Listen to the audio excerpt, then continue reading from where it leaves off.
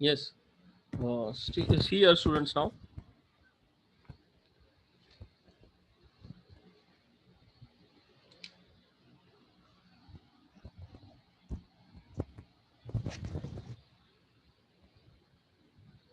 Yes. See here now. Yes, am I audible now? Yes, students. See here. ये individual pump system है. Okay. Individual pump system में क्या हो रहा है? 4 पंप्स लगे हुए हैं. ओके. और ये पंप कनेक्टेड है कैम शाफ्ट से. ये सी जो है ये बता रहा है हमारा कैम शाफ्ट है. तो ये हर एक पंप के नीचे कैम्स लगे हुए रहेंगे यहाँ पे ऐसे. P1, P2, P3, P4. एक सिर्फ एग्जाम्पल के लिए बता रहा हूँ मैं. तो हर एक पंप्स के लिए ऐसे कैम्स लगे हुए हैं. और कब वो पंप को आगे फ्यूल सप्लाई करना है वो डिसाइड कर रहा है ये हमारा कैम शाफ्ट. ये सी जो है ना, सी यहाँ पर ये बता रहा है कि ये कैम शाफ्ट है. ओके. तो ये कैम शाफ्ट के नीचे यहाँ पे कैम्स लगे हुए रहेंगे. जो मैंने नीचे शो किया वो हो सकता है यहाँ पर लगे हुए ऊपर. ओके. तो वो क्या कर रहा है, जब वो घूम रहा है कैम शाफ्ट तो वो प्रॉपर टाइमिंग पे उसको क्या कर रहा है, ओपन कर रहा है. किसको ओपन कर रहा है? फ्यूल इंजेक्टर्स को. उसको वैसा डिज़ाइन किया गया रहेगा. उसको वैसा उसके टाइमिंग के हिसाब से उसको बनाया गया रहेगा कि जैसे ही वो इधर रोटेट हो ये पॉइंट पे आए, जैसे ही हमारा पिस्टन और टॉप डेड सेंटर पे पहुंचने वाला है वैसे ही ये कैम भी यहाँ पर ये कैम आके इसको पुश करे और ये P1 जो पंप है वो सीधा क्या करे, सप्लाई करे.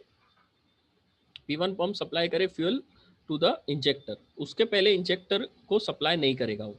फिर उसके बाद में समझो P2 वाला, अगर हम लोग को P2 को सप्लाई करना है तो P2 वाला कैम ओपन हो जाएगा, कैम पुश करेगा उसको और वो P2 वाला इंजेक्ट करेगा.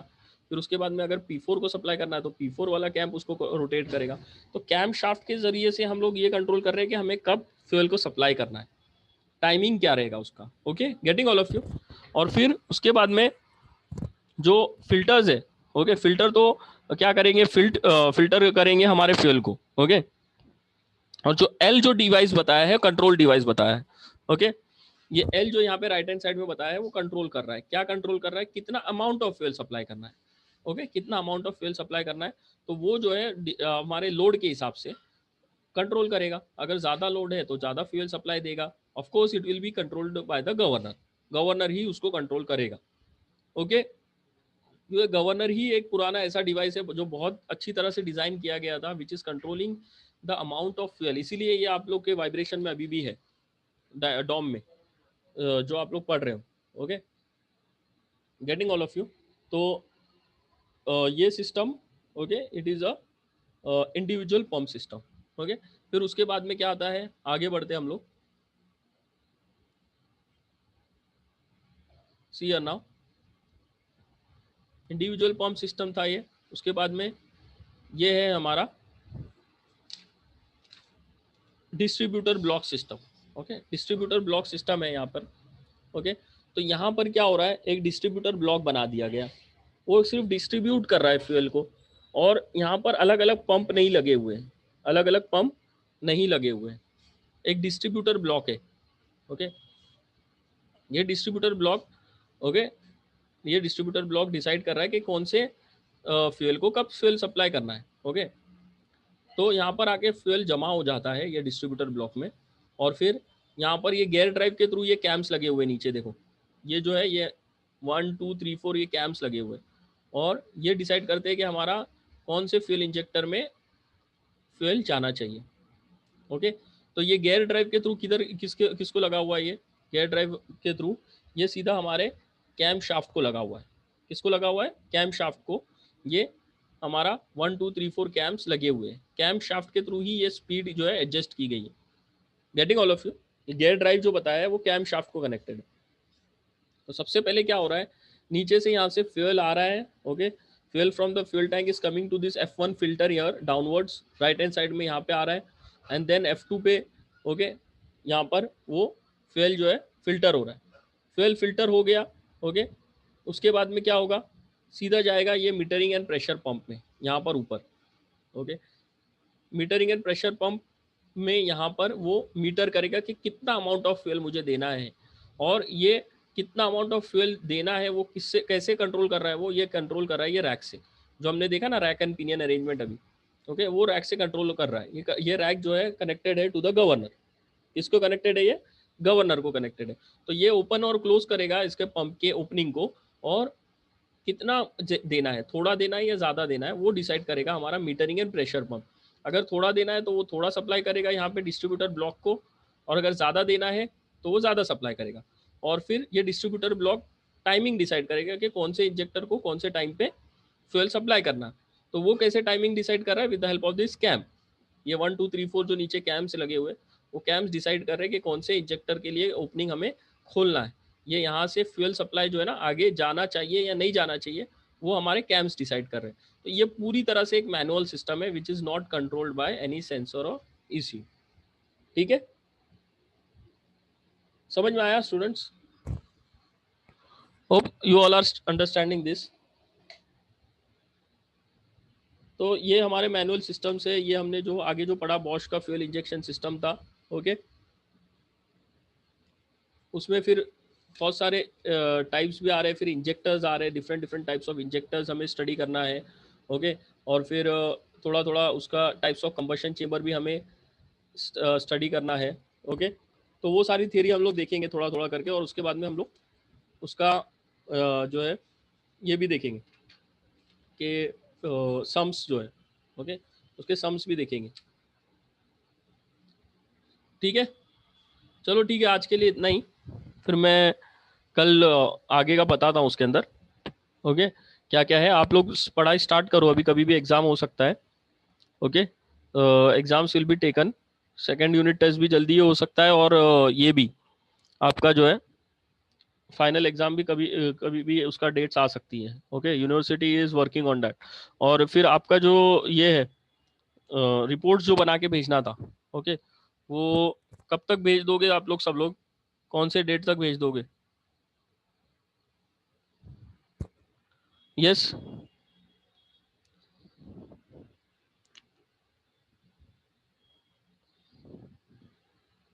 यस स्टूडेंट्स, रिपोर्ट्स मुझे बहुत कम आई है अभी तक। आप लोग काम नहीं कर रहे हो क्या उसके अंदर?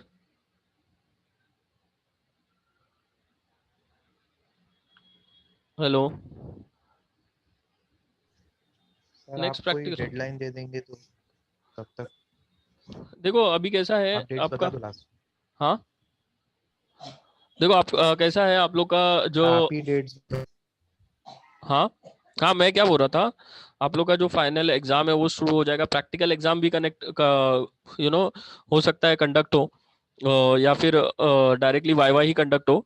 तो जो हमारा शेड्यूल चल रहा है उसके हिसाब से मैं अभी आप लोगों को ना 7 नवंबर तक टाइम देखता हूँ। Okay, that is maximum of 10 to 12 days.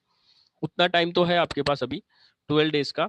तो उसके अंदर अंदर आप लोग है ना मुझे सप्लाई ये भेज दो उसको। ओके, मेरे ईमेल आईडी पे। ओके, मैं ईमेल आईडी आप लोग को दे दूंगा व्हाट्सएप ग्रुप पे, तो वहां पर आपको भेजना है।